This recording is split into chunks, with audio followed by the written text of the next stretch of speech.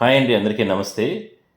ఆహ్, రథసప్తమి సందర్భంగా ఆదివారం జరుగుతుంది. సో, అందువల్ల ఇవాల్టి నుంచి అంటే 23, 24, 25 తేదీల్లో తిరుపతిలో ఈ టోకెన్స్ అంటే సర్వదర్శనం టోకెన్స్ భూదేవి కాంప్లెక్సు ఇట్లా ఇక్కడ శ్రీనివాసం గాని, రైల్వే స్టేషన్ దగ్గర విష్ణునివాసం గాని ఈ ప్రాంతాల్లో టోకెన్స్ ఇస్తారు. సో, ఈ ఈ ఎందుకనంటే రథసప్తమి సందర్భంగా పెద్ద ఎత్తున తిరుమలకొస్తారు గాబట్టి భక్తులు వాళ్ళని దృష్టిలో పెట్టుకొని ఈ టోకెన్స్ అన్నిటిని కూడా టీటీడీ 3 రోజుల పాటు నిలుపుదల చేసింది. సో, మళ్ళీ తరువాత సోమవారం నుంచి కూడా టోకెన్స్ ఇస్తారు.